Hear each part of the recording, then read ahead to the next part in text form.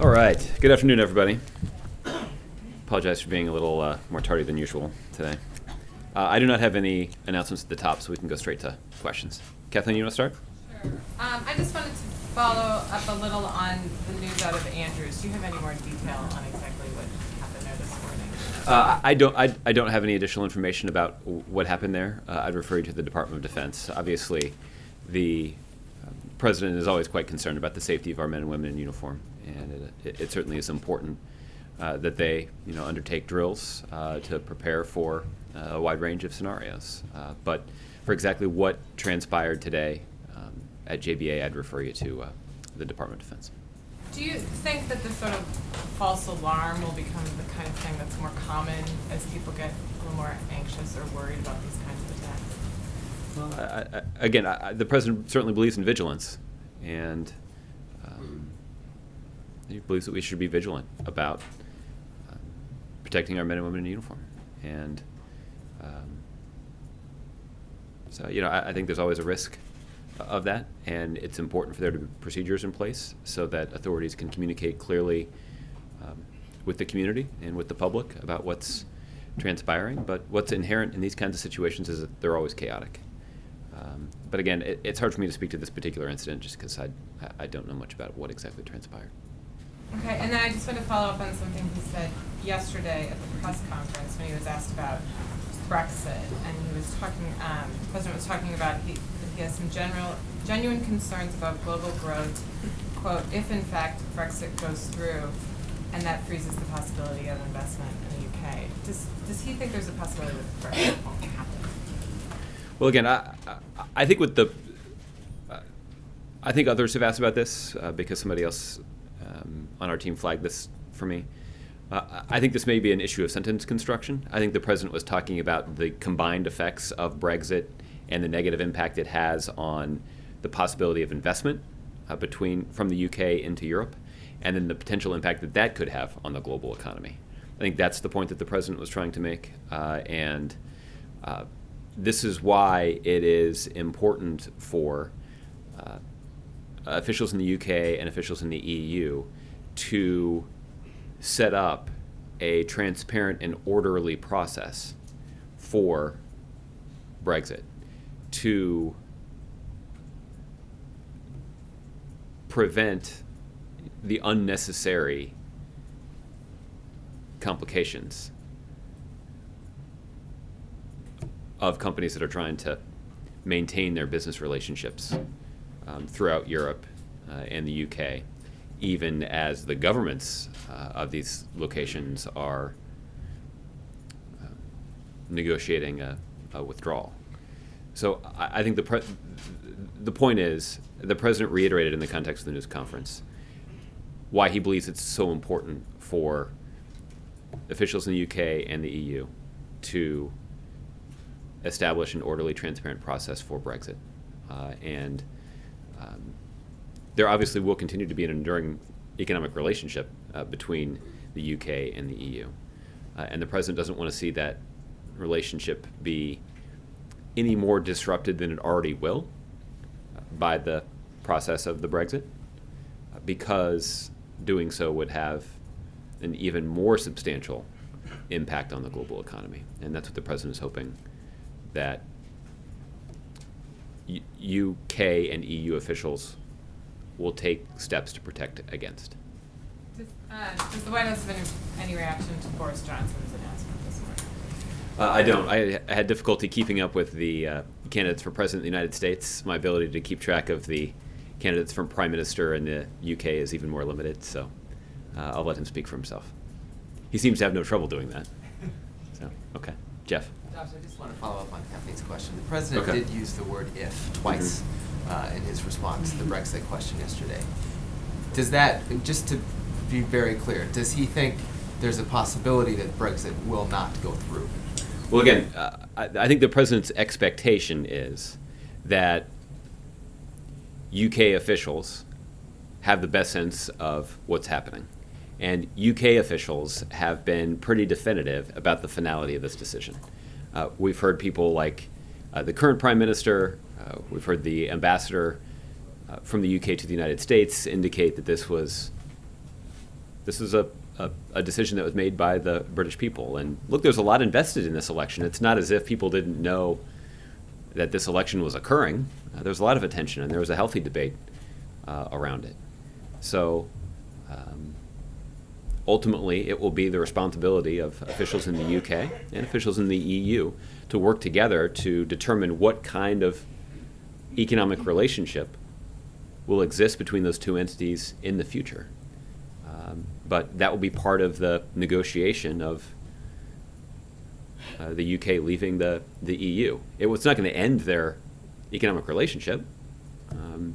As the president pointed out yesterday, I think it's about half of all of UK exports go to EU countries. So there's going to be a robust economic relationship there. It's just going to be different because UK won't have the same kind of access to the common market that they have previously enjoyed. But establishing that transition period and determining what the post-Brexit economic relationship looks like between the UK and EU is important. And answering those questions as quickly as possible, but in a way that is orderly and transparent and predictable, will be critical to minimizing the negative impact on the global economy over the long term.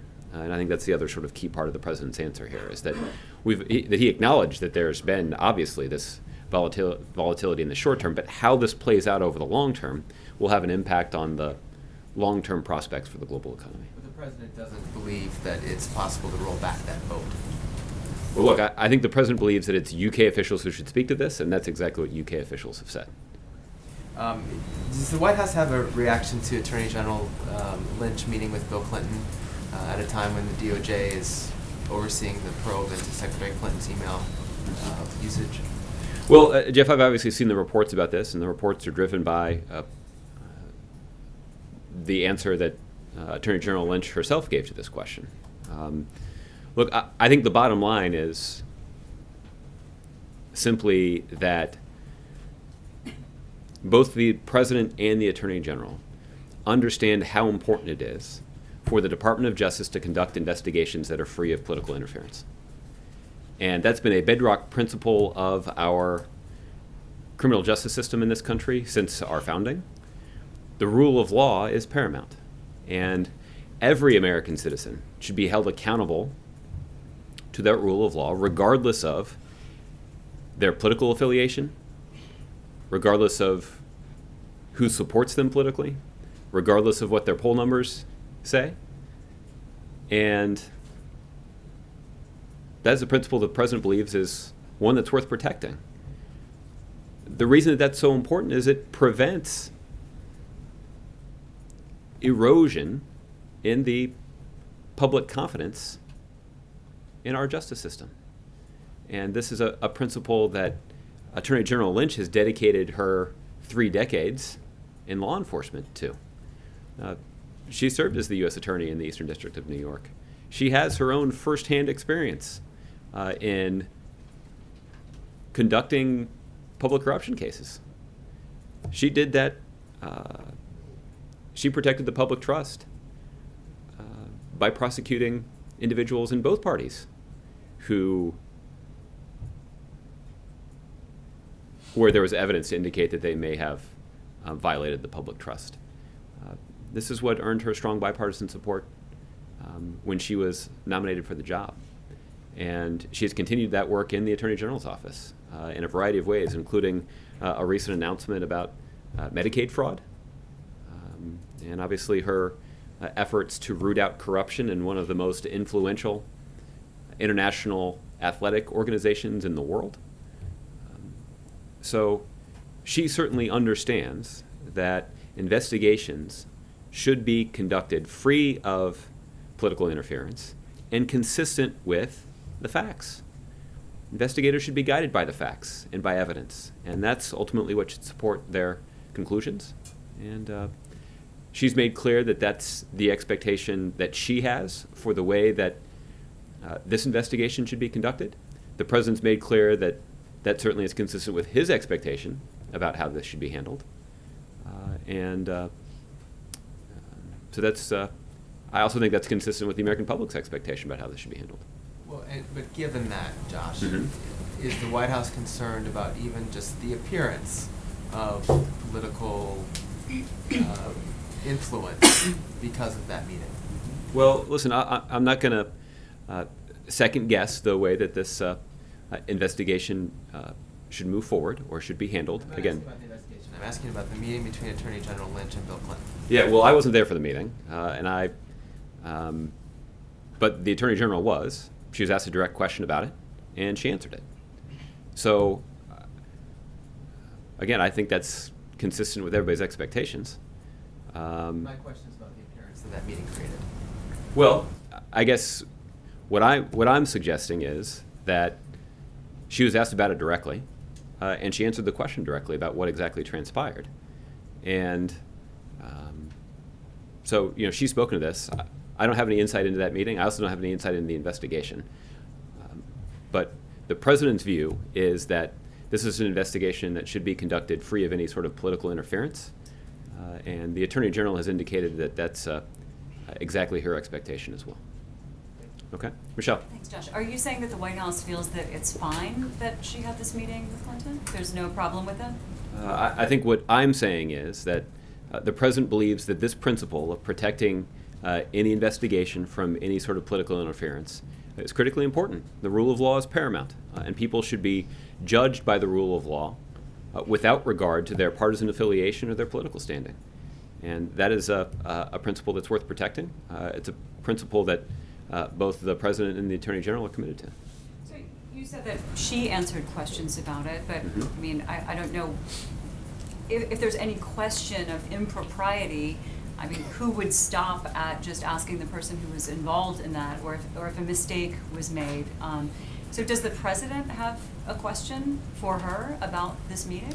Well, I haven't spoken to the president about this particular matter, but again, the president's expectation is that this is an investigation that will be guided by the facts, not by politics. And we've been gratified to see other senior officials at the Department of Justice, including the Attorney General and the FBI Director, indicate that that's a priority for them as well. And you just talked about how important it is for people to see things being handled properly so that there is no erosion in public confidence. But Democrats today, some are also saying that just the optics of this, that they should have known better. That, I mean, you're talking about that potential of erosion in confidence. Doesn't this have the potential to do that as well? Well, listen, I think, again, I think what should give people confidence is the 30-year career that Attorney General Lynch has in keeping the public's trust and making sure that she continues to be an effective advocate for the rule of law and for the fair administration of justice. She's done that throughout her career. She's done that in the Office of the Attorney General. And again, when it comes to appearances, she was asked very directly about the meeting, and she answered the question very directly. So for what impact that may have on the investigation, I'm just not going to comment on that because I don't want to be in a position of second-guessing an investigation that, quite frankly, I haven't been briefed on. But we're not talking about the investigation itself. We're talking about... Well, I think that's the question that you're raising, is what potential impact does this optic have on the investigation? And again, I'm not going to talk about it. You raised the appearance, which could lead to an erosion of public confidence in that process. That doesn't mean the process itself is tainted, but you spoke to the erosion of public confidence. So if you seem satisfied with what the Attorney General said about the meeting, why will you not say that you're okay that meeting happened, that you don't have a problem with that? Well, what I'm saying is simply, when I was talking about the erosion of the public trust, what I said is public trust would be eroded if people were not making an effort to make clear that these investigations should not be influenced by politics. And the Attorney General, the Director of the FBI, other senior officials at the Department of Justice, and the President of the United States have all indicated that the rule of law is paramount, that people should be subject to the rule of law without regard to their political standing or their political party or their poll numbers. That is a principle that we should all subscribe to. And the President and the Attorney General and the Director of the FBI all do. Just to be clear, you're not saying then that the President and the White House is fine with this meeting having happened the way it did? Again, did not attend the meeting, but Attorney General Lynch did, and she's spoken directly to how the meeting came about and what was discussed. We are talking optics here, though, not the content of that meeting. Just the optics themselves. I hate that word, but that's what everybody's talking about. Yeah. So the appearance, you're okay with the fact that this meeting has raised that question? Are you concerned that that appearance has changed? I'll let the Attorney General speak to her meetings, but what is paramount in the mind of the President is a commitment to the rule of law and a commitment to ensuring that justice is administered without regard to political affiliation or political standing. Okay, Justin. I'm wondering, after some of the information that's come out in the last 24 hours, if the U.S. is any closer to making a determination on who's responsible for the terror attack in Turkey yesterday, or 2 days ago. Yeah, listen, this is something that the CIA director has talked about. I don't have any new information to share or an additional updated intelligence assessment to offer from here. But when Director Brennan was talking about this yesterday, he indicated that this attack, quote, bears the hallmarks of ISIL's depravity. I think that's an indication of what the intelligence community has assessed thus far, but I don't think that is obviously that is not a definitive analysis. U.S. officials are certainly using all of the information and all the tools at our disposal to learn as much as we can about this particular situation. Useful information we will readily share with our NATO allies, the Turks, as they conduct this investigation. So I don't mean to leave you with the impression that we're not interested in it. We are quite keenly interested in understanding exactly what happened. But this is an investigation that's being led by the Turks, and we stand with them as they conduct this investigation and take the steps that are necessary to safeguard their country and their citizens.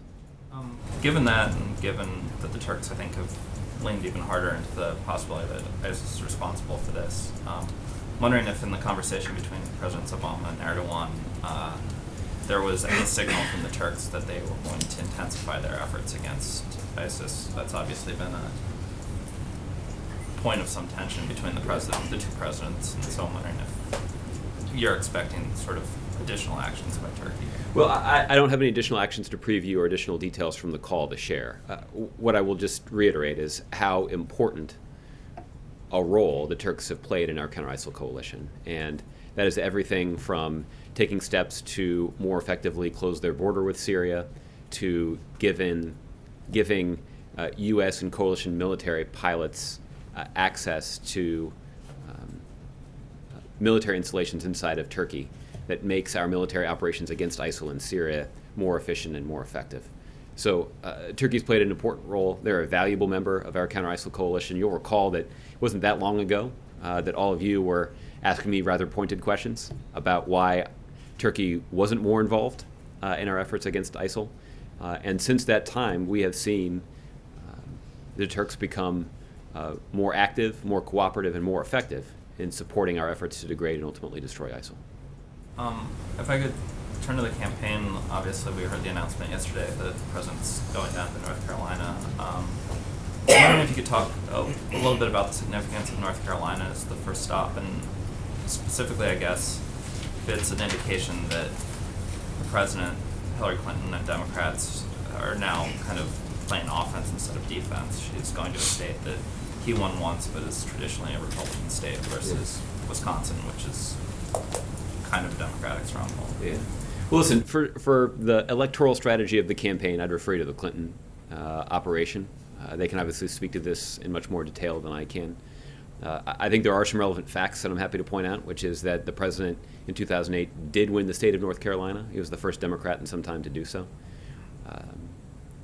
Obviously, the president decided to hold the Democratic convention in Charlotte, North Carolina in 2012 when he was running for re-election.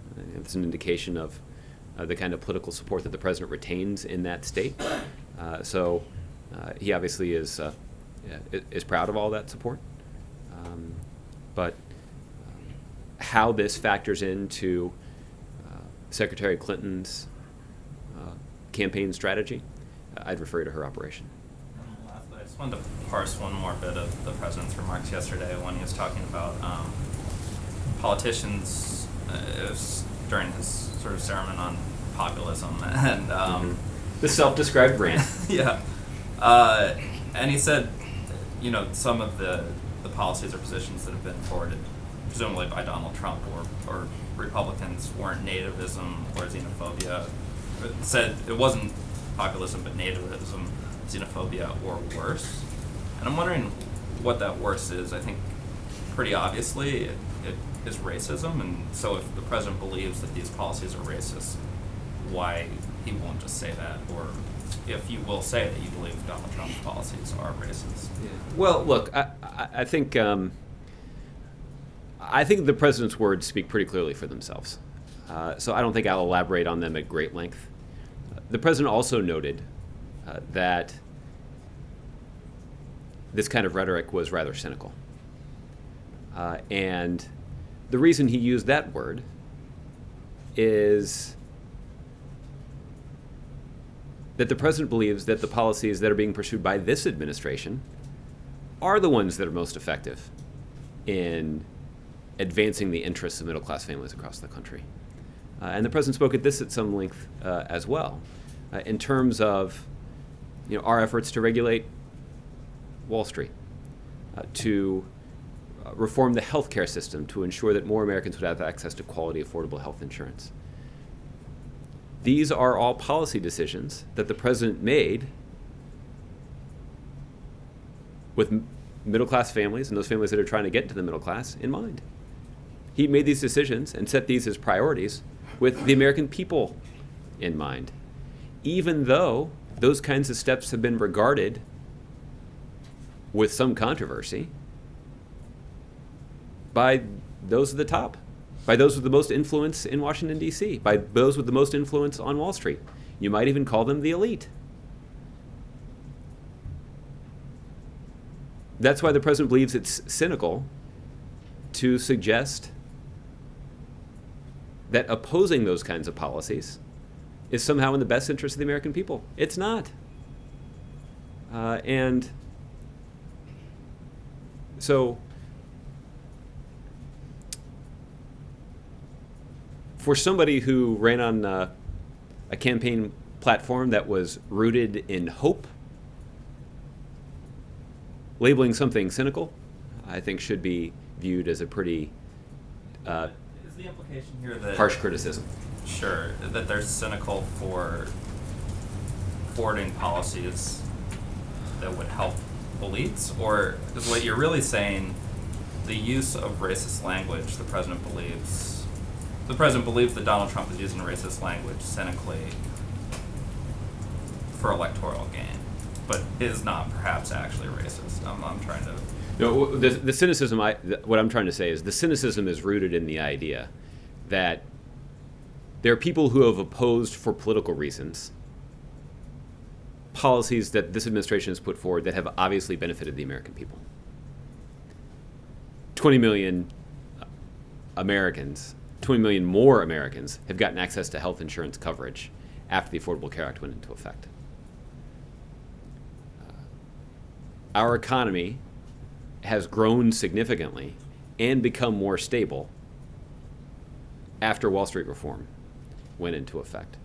These are just two examples. There are many others. The president cited the auto industry yesterday as another example of this. Again, these are all policies that were opposed for partisan reason by Republicans, even though they've had significant and well-documented benefits for the American people. So for partisan reasons, to oppose those policies and put forward alternatives. Republicans haven't really put forward alternatives, but to say that they're opposed to those policies because they're populist is cynical. It's also just not true. And I think that is the point that the president is making. There are plenty of other people who have raised concerns about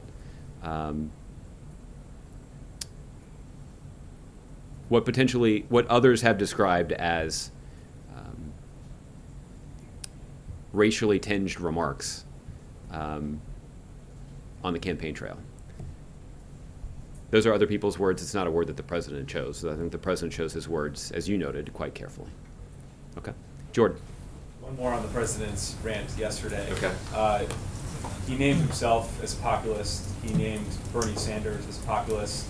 He did not name Secretary Clinton as a populist. Does he believe that Secretary Clinton's a populist? And I'm wondering why her name was left out of there. Well, I think the point is, I think the point that the president was trying to make is, again, when it comes to a fair evaluation of the policies championed by this administration and the impact they've had on the American people,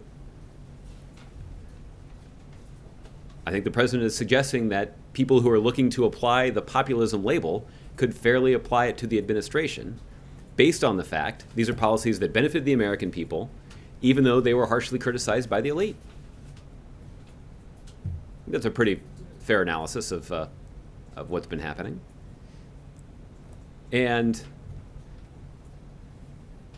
the point is, the reason that the president cited Senator Sanders is there are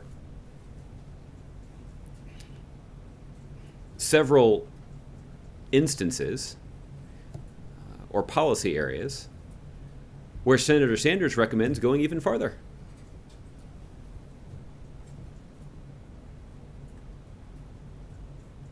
That is different than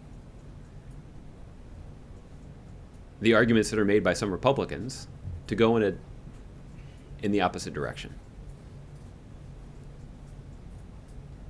That's why the president believes it's cynical for those who want to go in the opposite direction to describe themselves as populist, or to have impartial arbiters use as shorthand for their criticism of the president as populist criticism.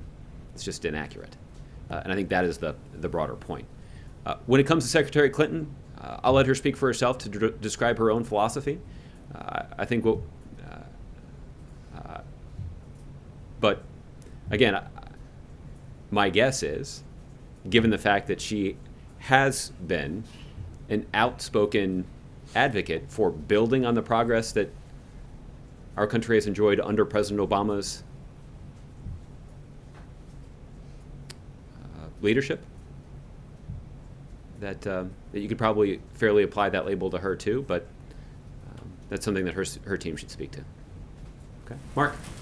Josh, was that rant, self-described rant, totally spontaneous, or has he been waiting for an opportunity to vent on the issue of populism? Well, Mark, I'll just tell you what I noticed when I was there yesterday. Is I noticed at one point during the news conference, the president did take out his pen and start making some notes to himself while the other leaders were talking, and I assume that's where he was. Something had prompted him to think about this, and so, yes, this was something that the president delivered extemporaneously. I don't think this is the first time the president had thought about it, but something in the context of the discussion at the news conference had returned him to this thinking, and he clearly had jotted down some notes in his book and took advantage of the opportunity at the end of the news conference to share his thoughts. You believe there might be more rants in the pipeline? Considering we've got another 6.5 months to go before the end of the presidency, I think it's likely we're all going to get to enjoy at least one more. He indicated that he feels liberated at this point in his presidency to say things that he might not have been willing to say, 4 years earlier. Is that right? Well, look, I think there is a certain amount of freedom that politicians enjoy when they're not on the ballot. But look, I also think that what's true is that president has a well-earned reputation for being pretty blunt and candid in speaking his mind. And he's got his own style for doing so. That's dismissed by some of his critics as professorial.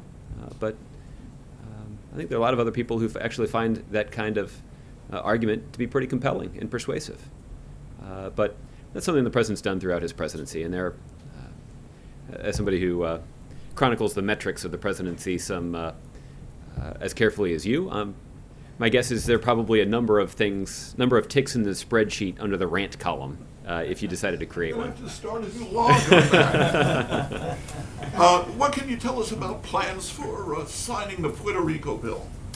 Well, Will there be a signing ceremony when yeah. you get it? As you saw from the statement that we put out last night, we're obviously pleased that the Senate has finally completed the bipartisan effort to give Puerto Rican officials the authority to deal with their significant financial problems. This is important because this is going to have a direct impact on the livelihood of the more than 3 million Americans who live in Puerto Rico. There is a looming deadline tomorrow, so I would anticipate that the president will sign this piece of legislation into law shortly after we receive it. I don't know if that will allow us time to organize a signing ceremony, but we'll keep you posted and we'll let you know as soon as the president has signed it. What is he doing all day today?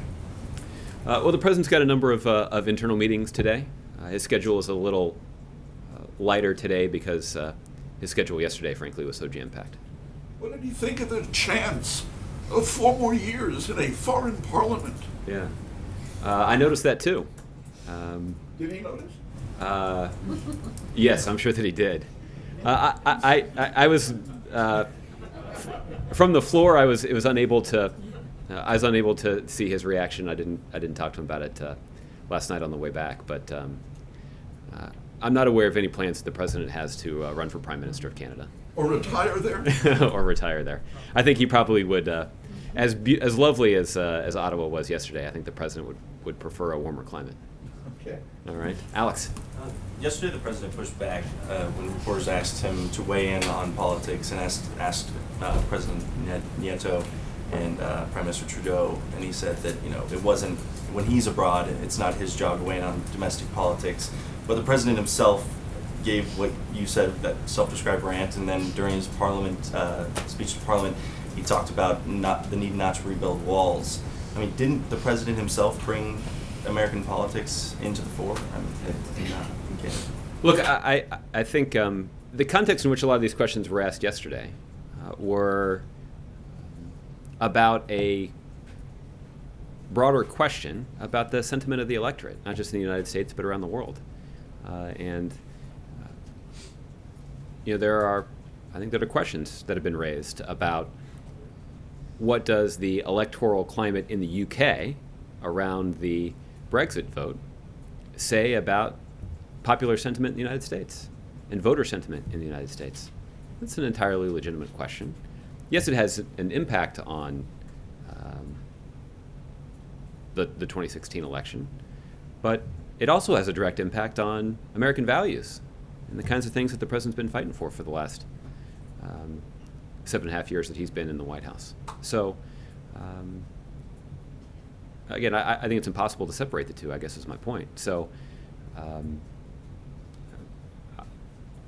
while there might be some who would say, well, geez, the president was taking on the arguments of the 2016 election,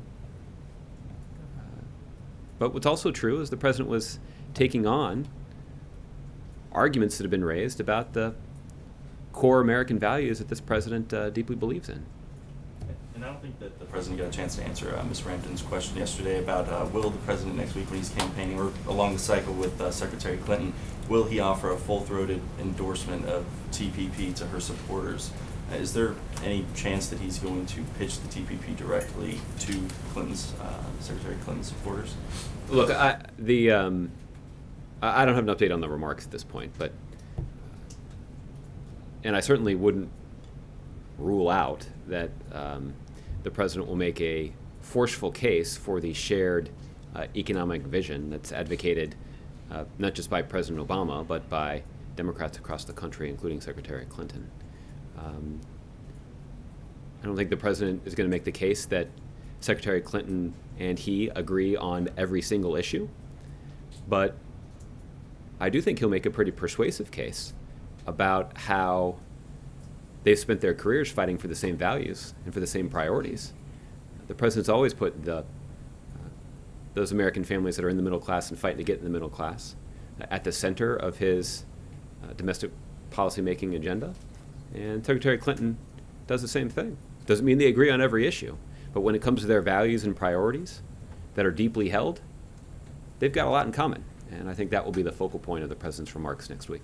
But the TPP is emerging as a pretty big division in the Democratic Party between President Obama and a big brunt of it, especially Senator Sanders. And I'm wondering, would the president, if the Democratic platform is passed with language explicitly opposing TPP, would that change the president's plans at all about his attendance at the convention or his plans to speak there? Well, you're asking me a hypothetical because the platform hasn't been finalized yet, but I don't anticipate at this point any changes to the president's plan to participate in the Democratic convention.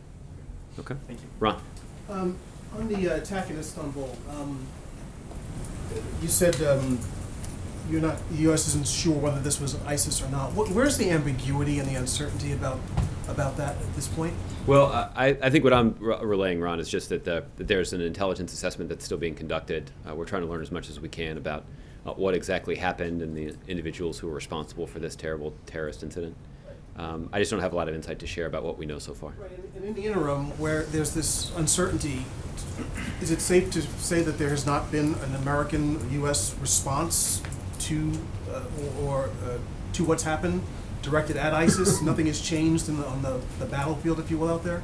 Or has something changed on the battlefield out there? Well, I guess that does provide a pretty good opportunity to start talking about what is happening on the battlefield. No, I mean, just in the last 48 hours or so since this attack happened, again, if you're in this process of still trying to evaluate what happened, has there been something has there been a response or not? Well, I think that we have seen tremendous progress that the United States and our coalition partners are making against ISIL in Iraq and in Syria. And there was the announcement earlier this week by the Iraqi central government that they had succeeded in driving ISIL fighters out of Fallujah. This was a large priority of the coalition, and in part because of its proximity to Baghdad. And this is an operation that was more successful and went more swiftly than I think most experts had predicted. And all that was pre-Istanbul. Well, again, this has been a long planned effort, and the success was announced on Monday. And then there were the other thing that has happened as Iraqi security forces were working to clear Fallujah. The United States and our coalition partners identified a large convoy of ISIL vehicles in Anbar who appeared to have recently left Fallujah. And it allowed the United States and our coalition partners to carry out strikes against those vehicles that resulted in, we're talking about two different convoys, but a total of more than 150 vehicles being destroyed. So that, I think, is a pretty substantial indication of the kind of pressure that ISIL is under and the success that we're having in developing targets and acting against them in short order in a way that's having a material positive impact on the fight against ISIL on the battlefield. What about the reports that the United States and the Russians are going to cooperate more deeply militarily in Syria specifically? Well, is that true? I think what has been true for a long time, Ron, and this was actually even true before the Russian military buildup in Syria last fall, is that we talked a lot about how there was an opportunity for Russia to more effectively work with the United States and our 65 coalition partners to go after ISIL and to go after extremists in Syria. That's been true from the very beginning. The reason that opportunity has not been capitalized on is that Russia has been far more focused on using their military might to prop up Assad than to actually go after extremists. And we've said all along that there's an internal contradiction in the Russian strategy. They claim that they're quite concerned about extremists inside of Syria, but the steps that they're taking to prop up the Assad regime and make a political transition more difficult makes it harder for us to deal with the extremist threat inside of Syria. So is something different now? Is there an agreement between the United States and Russia to cooperate militarily in Syria? We have not seen the Russians, and this is, again, I've been saying this for more than a year too, we have not seen the Russians demonstrate a commitment to using their military might against ISIL. Instead, they've been much more focused on propping up the Assad regime. And that is a problem for a variety of reasons, mostly because continuing to prop up the Assad regime makes it more difficult for the world to address the root cause of this extremist problem. So they've got this internal contradiction in their strategy that they have been unable to explain or resolve for almost a year now. So nothing's changed. I understand the background, John, but you're familiar with these reports about that there is some sort of agreement that's been reached, and that you're familiar with that. Well, I saw one report in the Post this morning that alluded to all this, and what I'm saying is that I don't have details about sort of the behind the scenes diplomacy that is part of our open line of communication with the Russians.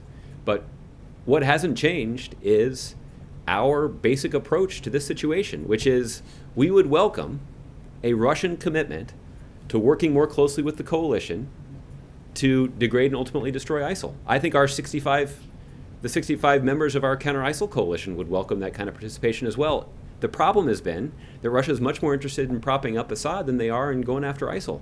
And until that changes, we've said it's hard to imagine coordinating our military efforts. Now, what we have been doing thus far is we have been deconflicting our efforts to provide for the safety of our military pilots primarily operating over Syria. But what has prevented us from being able to more effectively coordinate militarily is that what the Russians have been militarily doing is propping up Assad, not going after ISIL.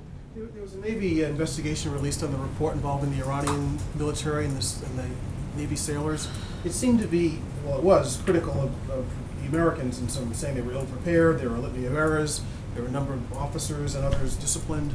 What's the White House reaction to that? The narrative coming out of that at the time seemed much more positive and supportive of the actions of the U.S. military in that context. Well, I think the immediate aftermath of this incident was the relief that we expressed about the safe return of our sailors. But what the Navy has said since that day back in January is that they were going to conduct an investigation to determine what exactly had happened. They briefed the results of that investigation earlier today, and I think there were a number of Navy personnel who were reprimanded for the way that they for their role in the incident. But for the details of all that, I'd refer you to the Navy. I haven't looked carefully at the investigation myself. I guess one of the concerns of it seemed to, the investigation, as I read it quickly before we all gathered here, was that it seemed to suggest that they were not prepared, that there was something systemic that wasn't as it should be for them to deal with a situation that they like that when they found themselves in it.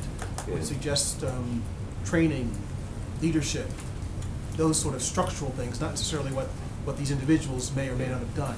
Look, for any recommendations that the Navy has, I'm sure that they'll be carefully considered by policymakers at the Department of Defense to make sure that something like this doesn't happen again. But I'm just not aware of the substance of any recommendations they may have made. Okay. Kevin. Thanks, Josh. Mm-hmm. Can you just give me a little bit more information about the Iraqi, the airstrikes that knocked out the number of foreign fighters? Big number, and I'm just curious what you know about it. Did the president order that particular strike? How soon was he advised? Well, Kevin, this is what I was alluding to with Ron. My understanding about the way this worked is that Iraqi security forces have been working over the last several days to definitively clear Fallujah. The Iraqis announced on Monday that they had retaken the city, and there was just an effort to complete the to essentially assure that all ISIL elements had been rooted out of that city. And what occurred last night is that coalition military pilots detected the movement of two unusually large convoys moving away from the general direction of Fallujah through the desert of Anbar province. And we've talked before about how early on in this campaign, we recognized that ISIL had changed tactics. ISIL had originally been showing, we saw footage of ISIL moving in large convoys across Iraq as they were taking large territory there back in the summer of 2014. As soon as U.S. military pilots got involved, they were taking opportunistic strikes against those convoys. ISIL in response changed their tactics and started moving in much smaller numbers to present less of a target to coalition military pilots.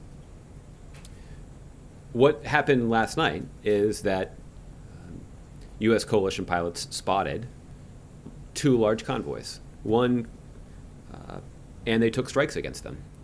And those strikes resulted, in the case of one convoy, of the destruction of more than 100 vehicles. In the other convoy that was identified, more than 50 vehicles were destroyed. And I think what this underscores is the success that the United States and our coalition partners are having in integrating our intelligence and our military capabilities. Being able to quickly spot these targets, identify them, and take action against them is frankly harder than I just made it sound. But it's something that now is clearly happening quite effectively in a way that is having a significant impact on ISIL. I think the other thing that's true is that ISIL is certainly feeling under more pressure, and that has been an important part of our strategy, which is to apply pressure to ISIL elements in a variety of different places simultaneously. And that's making it harder for ISIL to defend themselves. This is an example of why our efforts to expand the capacity of Iraqi security forces, to make sure that they're well integrated with coalition military pilots, that we want to make sure that we can apply maximum pressure against ISIL targets. And we saw the benefits of that approach last night in a way that has a tangible negative impact on ISIL's ability to continue to fight this fight. For the success against ISIL, the Taliban seems to be enjoying a bit of a resurgence. Can you tell me about the attack on the cadets in Afghanistan there, what you know about that? I got a briefing on that earlier today. My understanding is that extremists in Afghanistan did target some cadets from the Afghan security forces. There were significant casualties associated with that, dozens of casualties. I'd refer to the Afghans for a more specific assessment. And look, this I think, is an indication of something that we have long acknowledged, which is that the security situation in Afghanistan is quite difficult, particularly in the fighting season. But what is true, and what continues to be true, is that the Afghan forces are showing great determination and resilience, even in the face of some setbacks, like the one that you just described. What is important is the continued commitment of the United States and NATO and other international contributors to the Afghan government and the Afghan security forces. The United States and our coalition partners have good partners in the Afghan government. And it's important that we continue to support them both militarily and economically as they seek to both rebuild the institutions of that country, but also strengthen the security forces in that country. Bit of housekeeping. The D&I review of the 9/11 Commission, 28 pages, we were understanding that maybe by the end of June, it would finally have something that the American people can take a look at. Have you gotten an update on what's happening with that? And has the president as yet, because the last time you and I spoke, you said you didn't believe he'd had a chance to read those 28 pages. Has that changed at all? And can you give me an update? Well, this is a timely reminder. It is June 30th, after all, and the director of the D&I did indicate that he expected that that they would have the results of this review concluded by the end of June. I haven't gotten an updated assessment about the timeline, so we might check with his office to see where things stand. And I don't know that the president has been briefed at this point on the final conclusions of the D&I, but the president, while not having read the 28 pages, is aware of their contents. He has been briefed on the contents of those pages.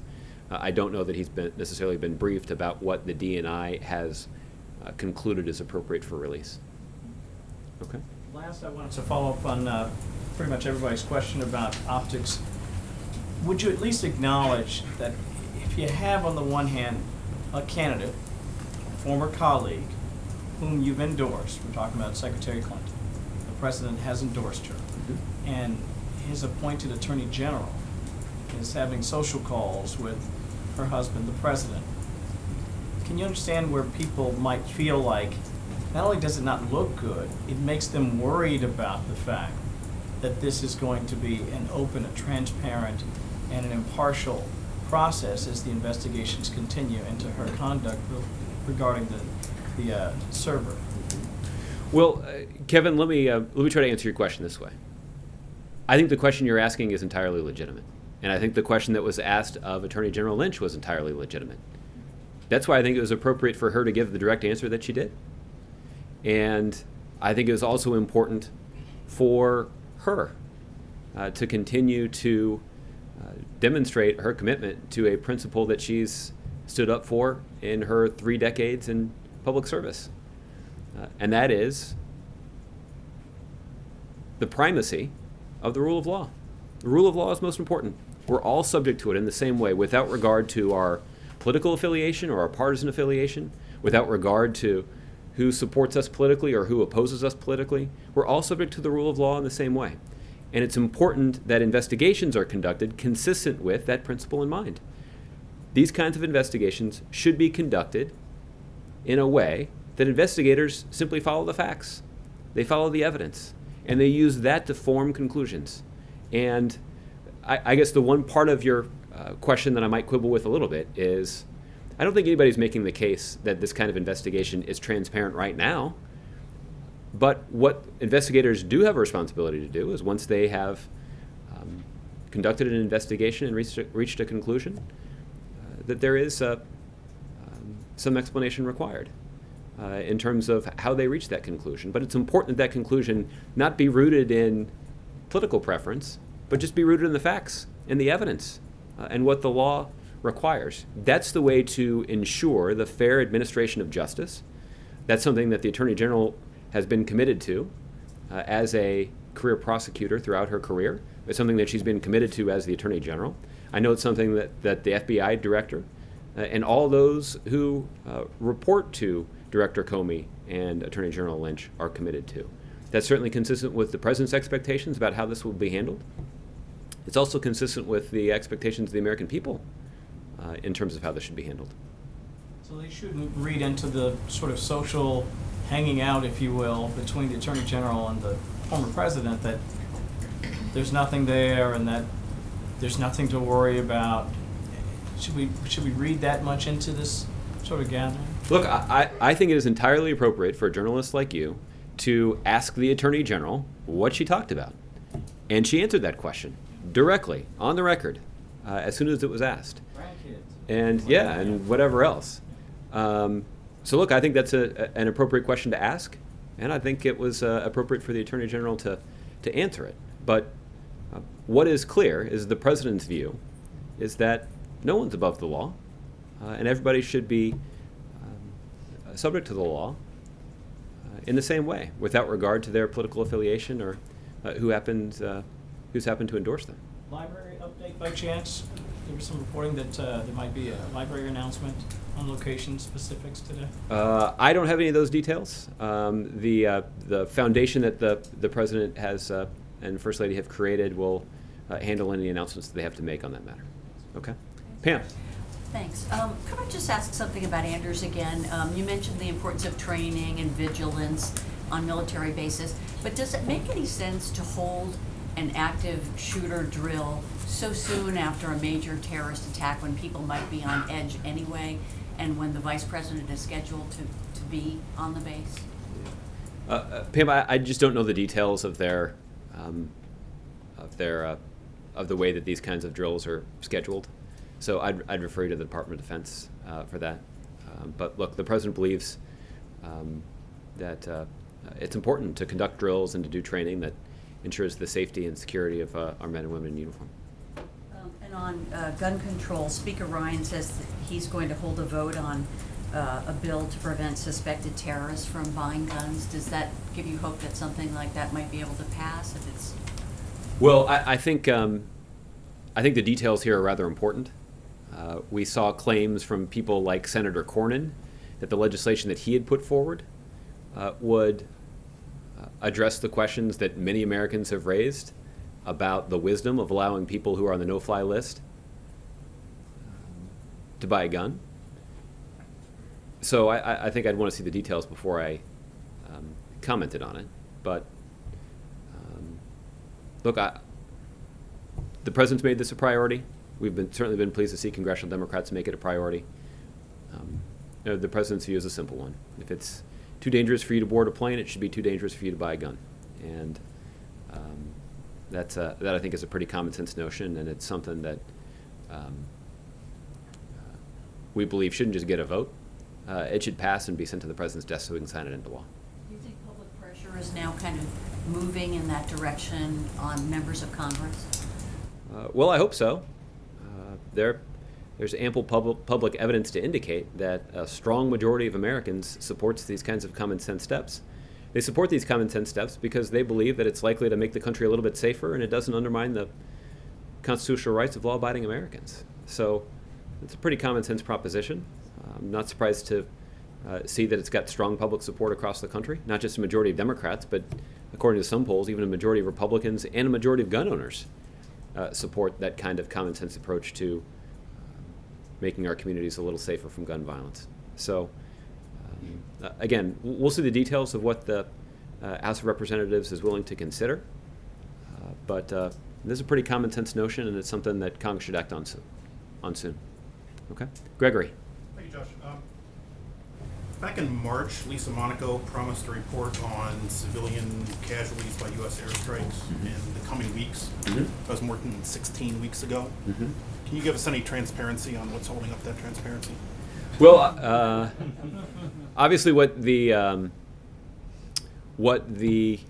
national security team and the intelligence community is attempting to do is to break some old habits and bringing transparency to this element of our national security strategy and our counterterrorism strategy is difficult. But I can tell you that work is ongoing and has been ever since, frankly, even before Ms. Monaco gave the speech that you were referring to. That work is ongoing, and I would anticipate that we'll have some additional information about that pretty soon. Will there be just a report on casualties, or do you expect the president to issue any executive orders, presidential policy directives, any sort of executive action clarifying the rules of engagement to limit civilian casualties? I don't have any previews of the announcement at this point, but stay tuned. Is it fair to say, both with the report, but also with any potential executive orders, that the president is, in these last few months of his presidency, trying to lock in the default policy choices for his successor? For a Democrat, that means maybe making some tough choices and getting them off of her plate before she comes in, or for a Republican to sort of lock in a policy that the Republican president would have to very conspicuously and deliberately rescind. And I'm thinking specifically, there was an atrocities executive order, a global entrepreneurship executive order, all of which are things that this president has been doing all along. Yeah. But issuing these kinds of things, executive actions, so late in his presidency, are they an attempt to sort of set the plate for the next president? Well, look, I think it's hard to paint with that broad of a brush. When it comes to our Cuba policy, for example, we've made no bones about the fact that we are seeking to lock in that change in approach toward Cuba. And so I think the description that you've applied would fit with what we're trying to do in Cuba.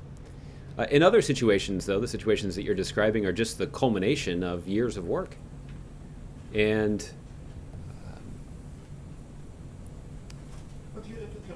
going back to the atrocity executive order, the president had already issued less formal guidance and had been operating under that system since the early days of his presidency. Why formalize that as an executive order unless it's to bind his successors on it? Yeah, well, listen, I also think it's possible to do both. And I haven't read up lately on the executive actions around the atrocities report, but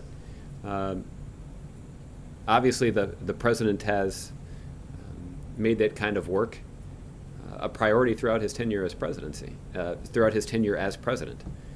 And if there is an opportunity for us to routinize that approach to dealing with these complicated issues, the president believes the country would benefit from that. After all, because that routinized approach didn't exist when President Obama took office, it required a lot of work to figure out how to most effectively deal with this policy challenge and be transparent about it. And so by establishing a procedure and a clearly delineated routine for implementing the strategy, yeah, I do think that makes it harder for somebody to undo, but it also means that kind of work continues to get the regular attention that the president believes that it deserves. But I think ultimately that's the goal that we have in mind in trying to complete this important work before the president leaves office. Okay, George. Thanks, Justin. 12 wins in a row for your Indians, George. Don't think I haven't been paying attention. Absolutely. Much to my dismay. Haven't lost since the Cavaliers won. That's what I keep hearing. Did I notice at Cleveland that won something? Anyway, I wanted to follow on your answer earlier about trade. The president gave a very vigorous defense of trade agreements in Ottawa, but with TPP and NAFTA and all trade agreements so under assault, are we going to be hearing a lot more of this from him in the coming weeks? Well, I think what I think you will continue to hear from the president is a commitment to a set of policies that embraces the opportunities that lie ahead for the United States. And the president believes that future is enhanced when we more effectively engage with the international community. That certainly is true when it comes to trade agreements, and the president described that rather colorfully yesterday in terms of the impact that shutting off all trade would have on our country's economy. The president talked about the decimating impact that would have on the auto industry, for example. There's essentially a global supply chain. And to shut off the United States from the global supply chain would have devastating economic consequences for the United States. But I think, George, it doesn't just apply to trade policy. There's a lot of work that we can achieve when we're willing to coordinate with other countries. I think some of the climate announcements that were made in the context of yesterday's summit are a very good example of that. The United States cannot solve the problem of climate change alone. And in fact, this was actually the principal line of criticism from those who were most skeptical of our approach to climate change. Right? Remember, there was the sense that why would the United States take all these steps to pursue a low-carbon economy if a country like China, that's the largest emitter, is not going to make the same kind of commitments? So it's only by engaging China and seeking common ground with them and reaching those kinds of commitments in concert with them can we collectively address a challenge that has significant consequences for the planet.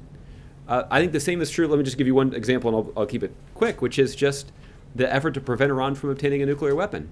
That effort would not have been successful had the United States not been able to effectively work, not just with our P5+1 partners, but with countries around the world, like Japan and South Korea and India, to help us implement those sanctions. By implementing those sanctions against Iran, we applied substantial pressure to their economy in a way that compelled them to come to the negotiating table and make specific commitments about not pursuing nuclear weapons that we can now verify. And essentially, the United States and the rest of the world is safer because we now know that Iran will not be able to acquire nuclear weapons. That was work that was only successful because of our ability to work effectively with the rest of the international community. And if we were trying to shut ourselves off from the international community, we would not have enjoyed that success. Well, if I can stick with trade for a second. Okay. On trade agreements, does he feel lonely out there arguing for trade agreements? There aren't many voices being raised domestically on his side. Well, listen, I think some of that is a consequence of the current political climate. But I don't think the president has shied away at all from any opportunity that he has to make the case about how important it is for the United States, both in terms of our economy, but also in terms of our national security, when it comes to pursuing an agreement like the Trans-Pacific Partnership. So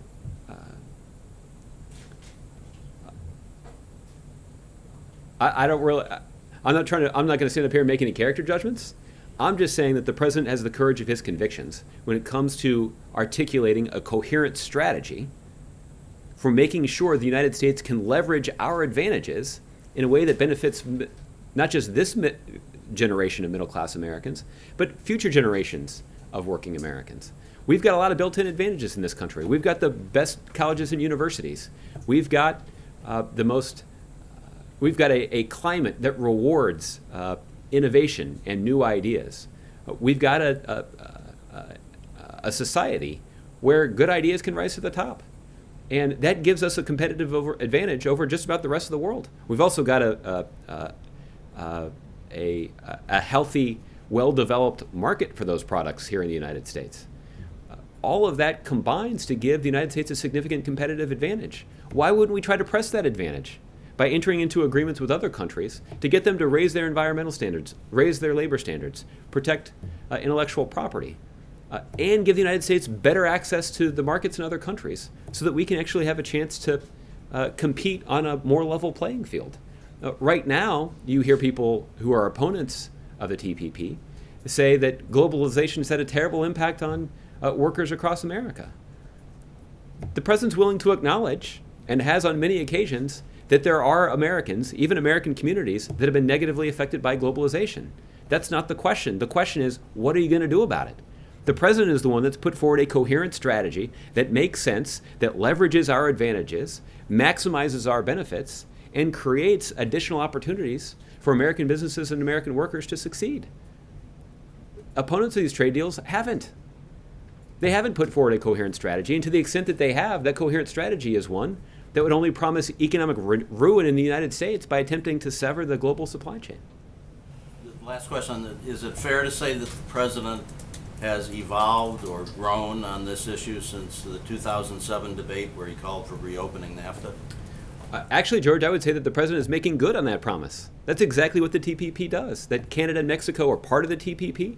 And what the TPP does is that it raises labor environmental standards and makes them enforceable in a way that they were not enforceable in NAFTA. So I don't think the president's evolved on this promise. The president has made good on this promise and in some ways has succeeded even more than he thought he would be able to.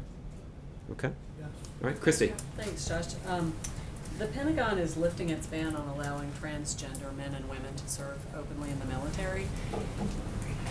Did the president weigh in on that decision? Can you enlighten us a little bit about how he participates in conversations like that?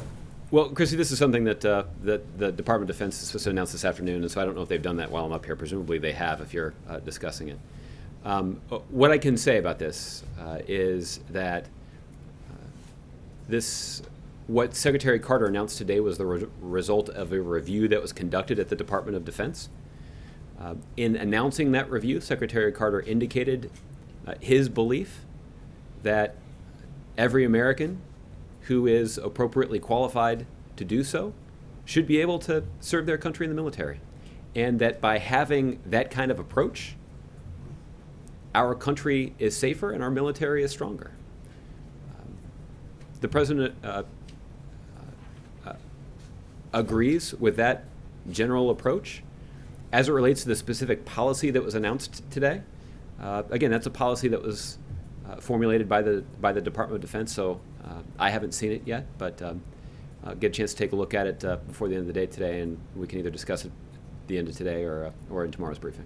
Could you also update us on the president's deliberations about troop levels in Afghanistan? I don't have an update at this point.